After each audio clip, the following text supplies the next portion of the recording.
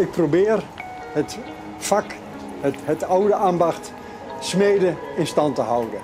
Door cursussen te geven en om de kennis over te dragen. Je creëert, je hebt een stuk ijzer.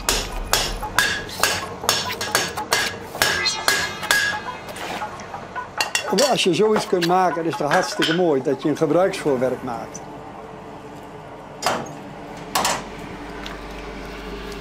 Gerrit, wat ben je aan het maaien?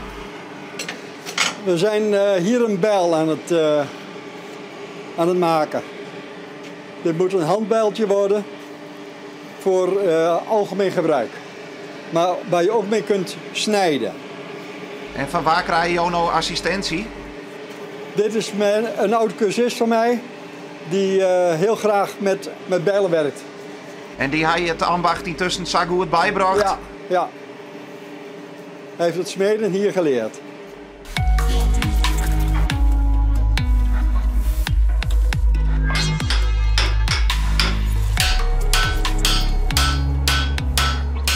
Ik heb, in mijn jeugd heb ik smeedopleiding gehad.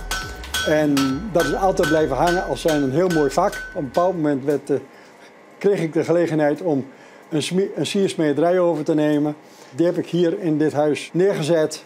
En dat uitbreiden, uren maken.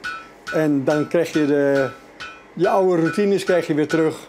Een smid word ik nooit, zoals de smid vroeger was. De smid van vroeger, dan moet je 1600 uur minimaal achter dat aanbeeld staan. Nou, dat wordt niet meer gedaan en ik doe dat ook niet. Want voor de duidelijkheid, het is een hobby. Het is een hobby.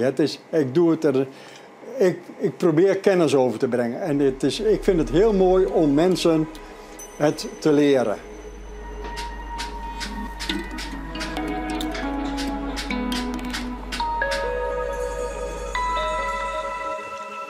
Het smidsvuur zit op dit moment zo rond de 2000 graden. Dus we moeten hem ook in de gaten houden, want op het moment dat hij 1500, 1600 graden is, dan gaat het verbranden. Maar gaat het al je goed? Dit gaat prima. Maar vandaar dat hij iedere keer even moet draaien. Want hij moet gelijkelijk warm worden.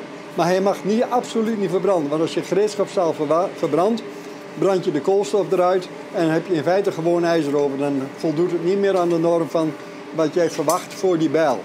Maar waarom wil je het zo graag oerbrengen op orenmeesten? Anders gaat het verloren. Als ik het niet over... er zijn zo weinig mensen nog die nog smeden. En de mogelijkheid om een cursus te volgen... Er worden wel cursussen aangeboden, in de landen ook wel. Dat is zo verschrikkelijk prijzig. En ze leren bij mij hetzelfde. Maar het is wel betaalbaar. En natuurlijk, ze krijgen bij mij geen certificaat. Maar ze krijgen bij mij een werkstuk. Dat ze zelf hebben gemaakt. En dat wordt zeer gewaardeerd.